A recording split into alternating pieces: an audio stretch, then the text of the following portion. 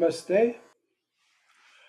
Welcome to our 30th talk on the Bhagavad Gita. Now we're ready for the sixth verse. The eighth verse of the sixth chapter. The yogi who is satisfied with knowledge and discrimination. Let's just stop right there. A yogi has real knowledge, jnana. And he has viveka, discrimination. He knows what's worthless. He knows what has worth. He knows what's real. He knows what is false. He knows what is helpful. He knows what is harmful. But he just knows it, you see. And it says unchanging. So the not good doesn't bother him, and the good doesn't elate him. He just knows what they are.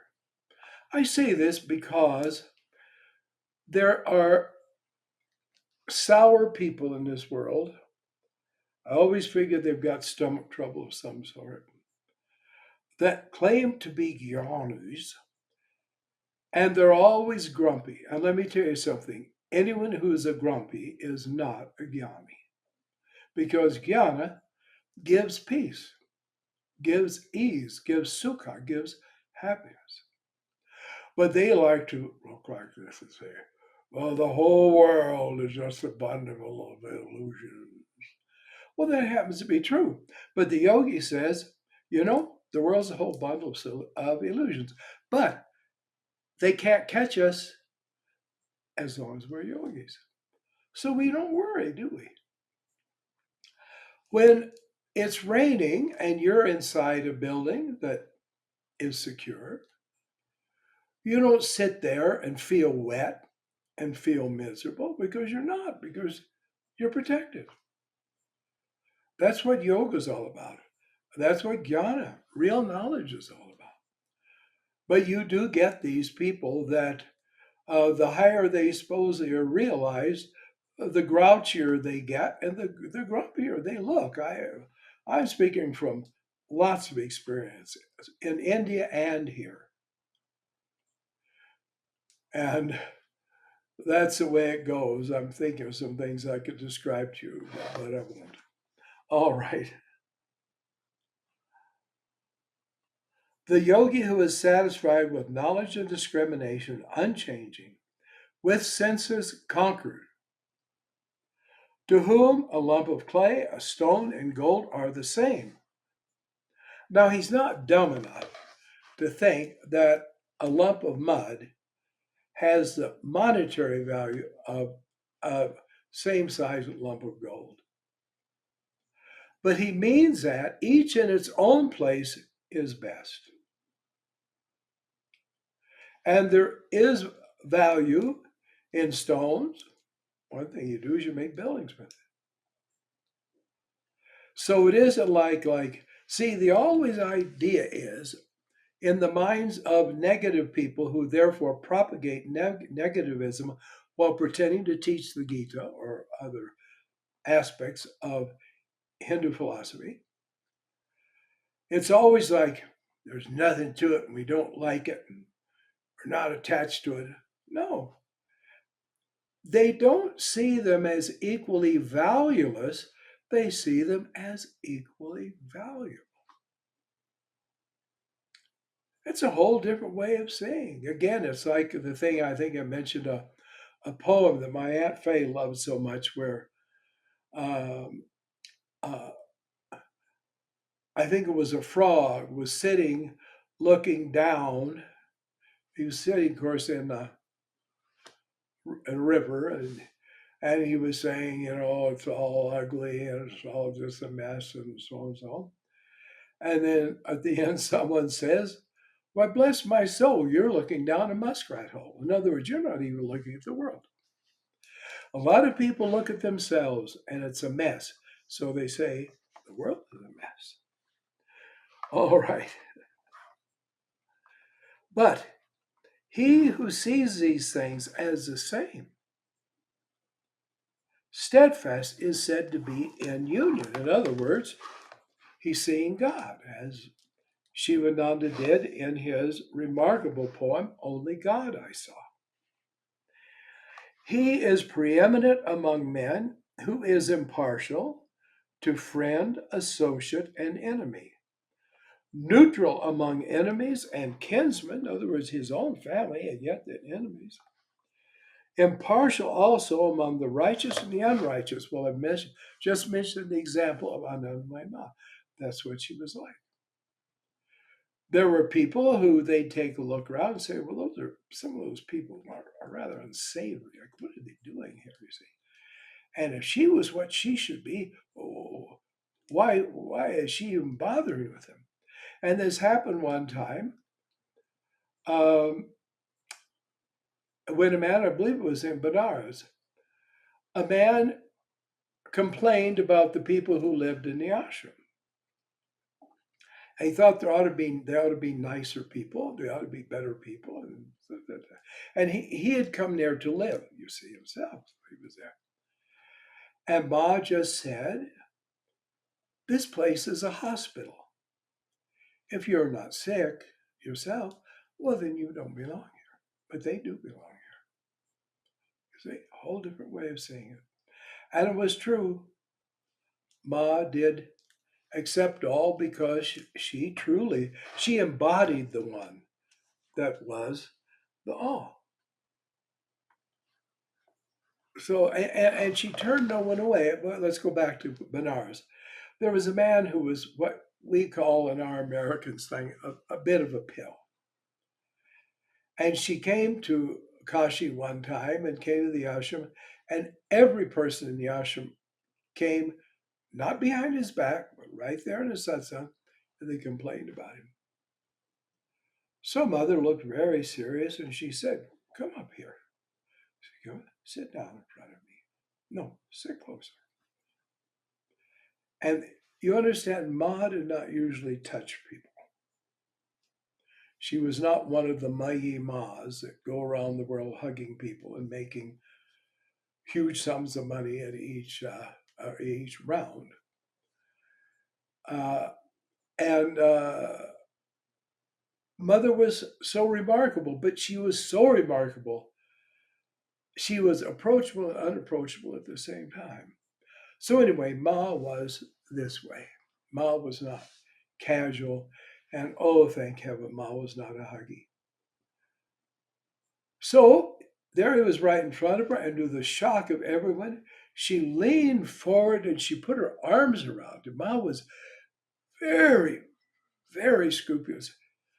A Hindu woman, a virtuous Hindu woman, does not touch a man. In fact, I was there when Ma talked to a whole group of young girls and said, "Never let a man touch you." I mean, that's what Ma said to them.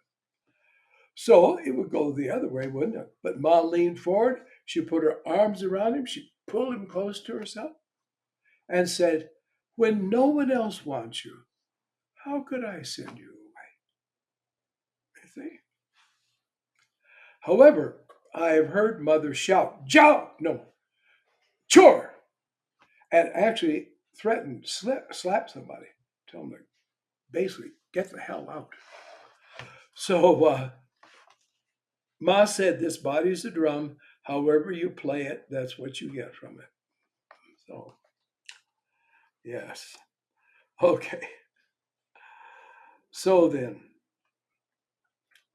he then who values all, as he values the mud, the stone, the gold, and yet knows when you might not want to be in association with them. There's that also. Don't forget that. A lot of people want you to be samadarshana, same-sided. In other words, you won't see what utter jerks they are, and you won't act accordingly. That kind of thing didn't work. I'll tell you another thing about Ma then, if we're talking about Ma's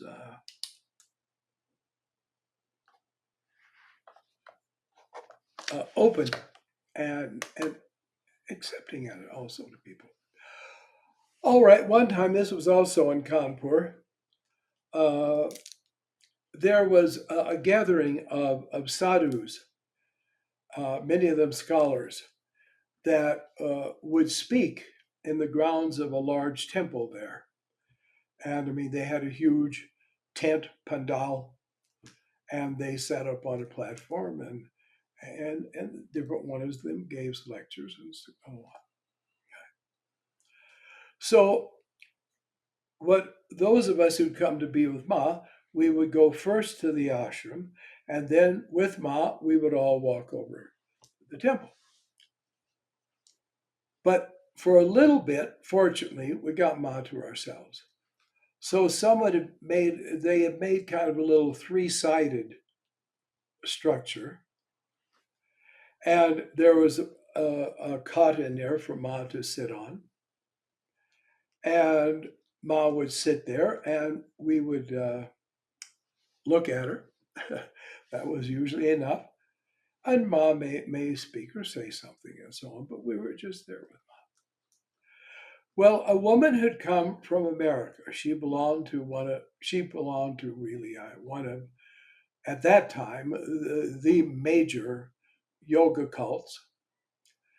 And she came armed with camera and tape recorder, which, of course, I don't condemn because we always went armed with tape recorder and camera also. But we knew when to do and when not to do. So Mom was sitting there, and all of a sudden there's all this noise, and the woman had sat herself right next, not just next to the cot, but with her back to the wall of this structure, just like Ma. In other words, if someone was sitting next to me, she was on the ground. Ma was, say, maybe 14 inches above, but just right there. She wasn't looking at Ma, she was seeing us. And she had her tape recorder and she was messing with her tape recorder.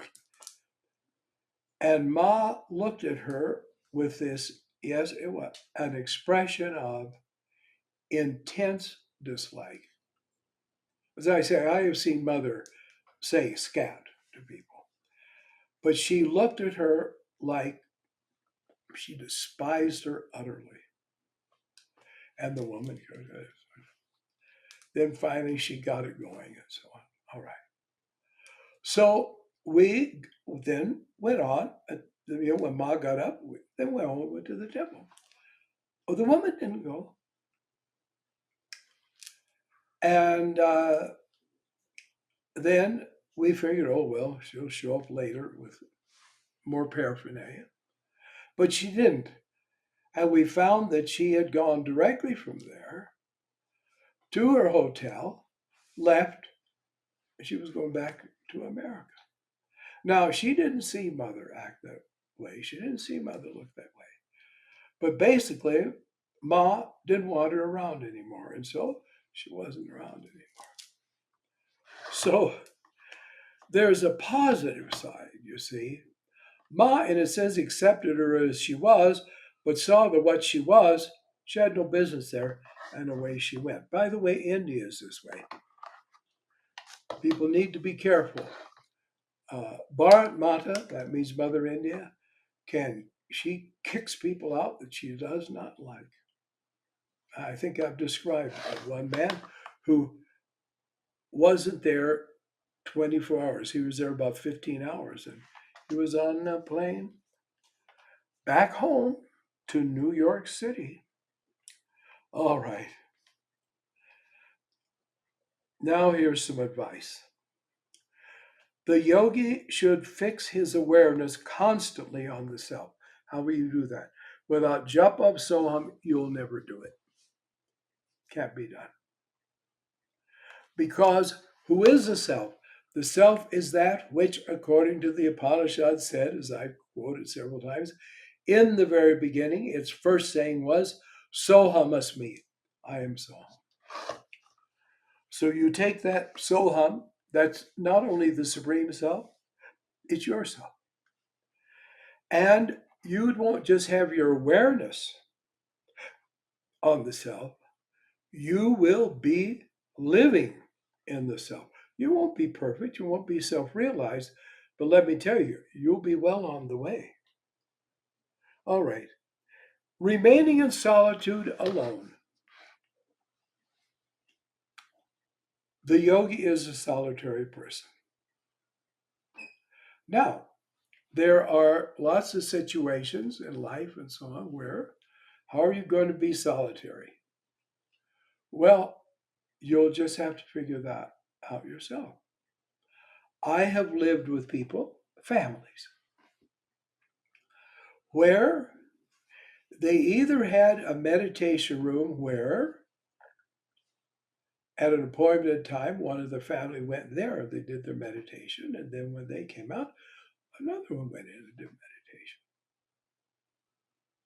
Or they had separate places, and they went there and they meditated. So they were living with their families. That means not just spouse, but also with children and maybe relatives. But at one point, they were all alone by themselves. And then the real truth is, the true yogi is always alone because he's with the one. And ekam evam advityam Brahman, one only without a second. So he can live with 1,000 people all around him and he'll be alone. Or he can live with nobody else in his own house or apartment. And because of his mind, he's got thousands of people in there crowding in and distracting him. This is really important to realize. But we need to be solitary pretty much inwardly, and there has to be a time where we are alone. Even alone is in a meditation room with maybe 6 or 8 other people there. But when you're quiet and you have your eyes closed, it doesn't matter whether they're there or not. But one another thing is never think anyone is really absolutely yours, and never think anyone is indispensable for you to have their company. Yeah, not just sadhu beware, grahasta beware. With controlled mind and lower self, being controlled lower self, without desires or possessiveness. Does this sound like a person who will make it successfully in this workaday world, that word term we use? Does this, we hear about these balanced yogis, they live a life of balanced activity and meditation. If you lived a balanced life of activity and meditation, you would sleep for 8 hours, meditate for 8 hours, and work for 8 hours. One, see, 2 groups of 8 hours. Or you might do it a different thing. You might first sleep for 8 hours, work for 8 hours, and then meditate for 8 hours. But that would be the balanced life, wouldn't it? So you're a little eked out, hardly hour or hour and a half or two, even 3. People say, oh my, 3 hours, because I recommend that. Well, that's not very much. That means there's 21 hours not in meditation. So, however, you see, notice I don't talk about a balanced life of work and meditation. So I don't have to. I don't have to work with that or make excuse about it. Establish for himself a firm seat in a clean place. Now, these are sort of archaic instructions, but I'll explain their value. Establish for himself a firm seat. You know something? We're only half a minute away from the end of the time allotted. Therefore, I will stop there and say, what is the place that the yogi should establish for himself? Come back to talk. Let me put the number in here. Uh-oh, yes, I hear you. For talk 31, and all shall be revealed. Namaste. Namaste.